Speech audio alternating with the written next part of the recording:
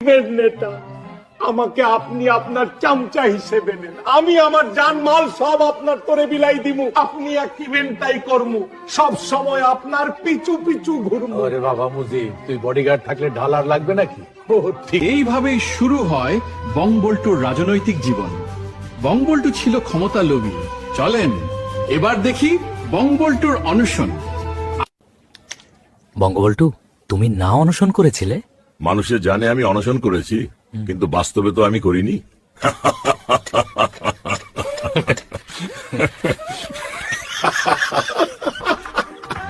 ছিল আমাদের বঙ্গবল্টু খিতে সহায় হতো না, কম্বল রেশন সবকিছু খেয়ে ফেলতেন। এবার আসি আগরতলার গোপন আন্তাতে। আপনারা যদি আমাকে ক্ষমতায় বসাতে পারেন তাহলে আমি পাকিস্তানের বিরুদ্ধে ষড়যন্ত্রে আপনাদের সাহায্য করব। আমাকে অবশ্যই ক্ষমতায় বসাতে হবে, আমাদের দলকে ক্ষমতায় আনতে হবে, তারপর আমিই বলবো জয় হিন্দ। আচ্ছা ঠিক আছে। এই জি, এটাই ছিল সত্য ঘটনা। চলেন এবার দেখি কিভাবে বঙ্গবল্টু 2 নৌকায় পা দিয়েছিল। এইবারের সংগ্রাম আমার ক্ষমতার সংগ্রাম, এইবারের সংগ্রাম আমার ক্ষমতা পাওয়ার সংগ্রাম। কেউই পাকিস্তান হতে আলাদা হতে চায় না, যে পাকিস্তানি। ধন্যবাদ। আপনারা দেখতেই পাচ্ছেন বঙ্গবল্টু কখনোই পাকিস্তান হতে আলাদা হতে চায়নি। চলো দেখতে আসি তার আসল কাহিনী। বঙ্গবল্টু ভাই, চারপাশে ইয়া হচ্ছে দেখতেছেন না, মানুষ প্রস্তুত। আপনি সমাধিন তার ঘোষণা দেন। তাজ, তুমি আমায় কি রাষ্ট্রদ্রোহী বানাইতে চাও নাকি? ঘোষণা দিয়ে যদি জেলে আয়, আমি ঘোষণা দিব না ভাই, আমি তো পাকিস্তানেরই চলে আইতে চাই।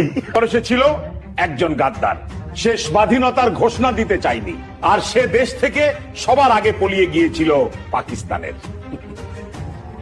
আমারে তোরা চাইলেই রাষ্ট্রদ্রোহী বানাইতে পারবে না, আমি একজন সাচ্চা দেশপ্রেমিক। জয় পাকিস্তান। গেরিলা শিবিরের শব্দ নিয়ে ছুটে গেল, তারাকে নেবে প্রিয় জন্মভূমি। রক্ত আর অশ্রুর পথ পেরিয়ে এল ভোরের আলো। যুদ্ধের সময় পালাই গেছিল বঙ্গবল্টু, কিন্তু যুদ্ধের পরে সেই নাকি নায়ক। আসলে বঙ্গবল্টু জানতই নাই দেশ স্বাধীন হয়েছে। দেশ স্বাধীন হওয়ার পর বঙ্গবল্টু সোজা গেছিল যুক্তরাজ্যে আর ভারতে। এই হলো তার বীরত্বের কাহিনী। যুদ্ধে 3 লাখের মতো মানুষ মারা গেছে। মানে ইংরেজিতে কি আমার মনে নাই, কেয়াদি 3 মিলিয়ন। এই যুদ্ধে 3 মিলিয়ন মানুষ মারা গেছে। ইন্দিরা মা, আপনি আমাকে ক্ষমতায় বসাইছেন, আপনি একে আর আমি তাই করব। দরকার হলে বাংলাদেশও আপনার কাছে বিচ্ছা দিমু, আপনি আমার মা। আরে বাবা, এক কথা কহেন না, পিঠ সোজা করবেন, মাটিতে পড়ে গেলেন যে। মা, আপনার জন্যই তো এই কাজ নেই। আহা, এবার ভাত খাবেন তো?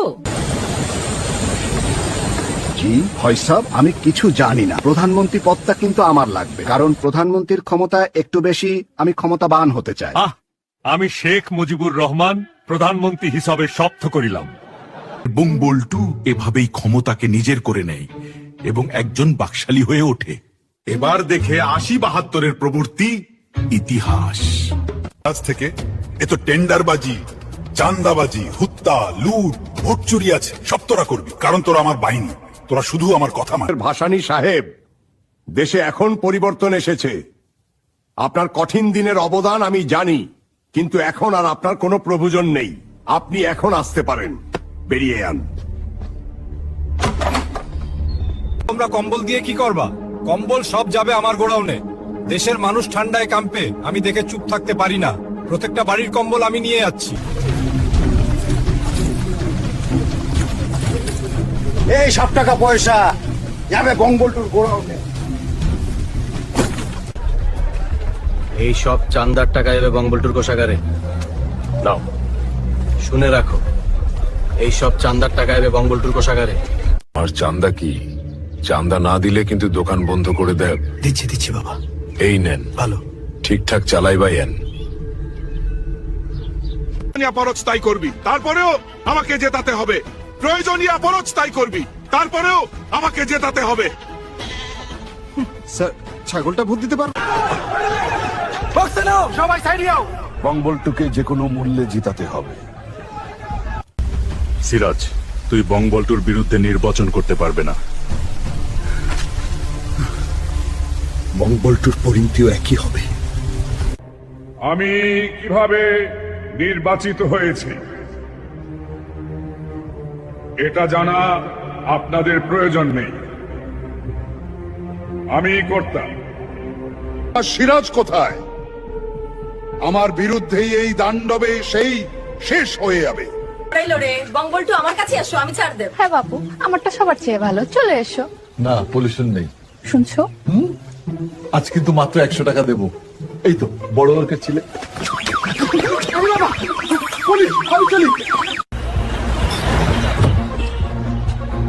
তোমরা এখান থেকে চলে যাও, এই মেয়েকে আমরা নিয়ে যাব। বাবা, আমাদের কেউ বাঁচাও। যে মানুষ একটু ফুর্তি করবেই। চল।